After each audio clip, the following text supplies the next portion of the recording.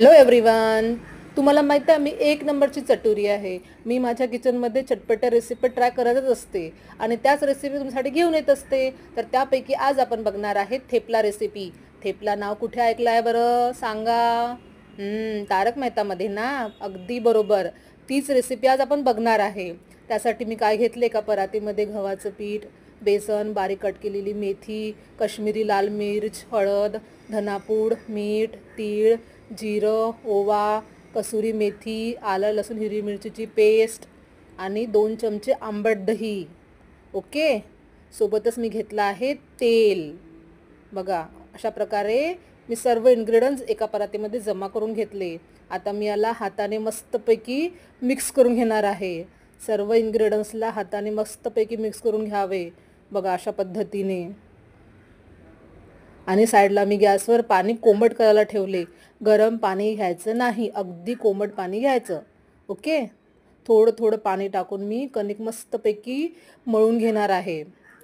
बघा अशा पद्धतीने सर्व मिक्स करून थोडं थोडं पाणी टाकून कणिक मस्तपैकी मी मळून घेणार आहे.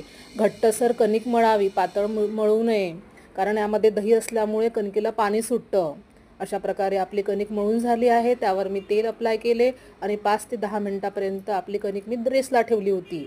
बघा त्यानंतर मी एकदा परत मळून घेतली आणि त्याची छोटीशी पाती तयार केली आणि पतला पतला थेपला लाटून घेणार आहे. बघा अशा पद्धतीने.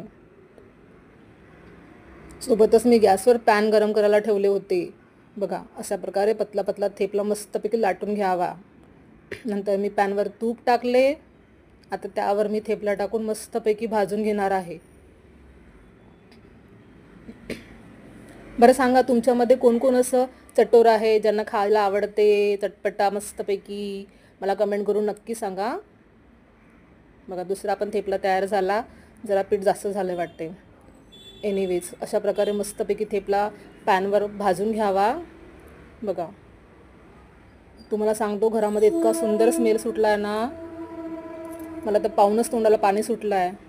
बघा अशा प्रकारे मस्तपैकी थेपला भाजून घ्यावा.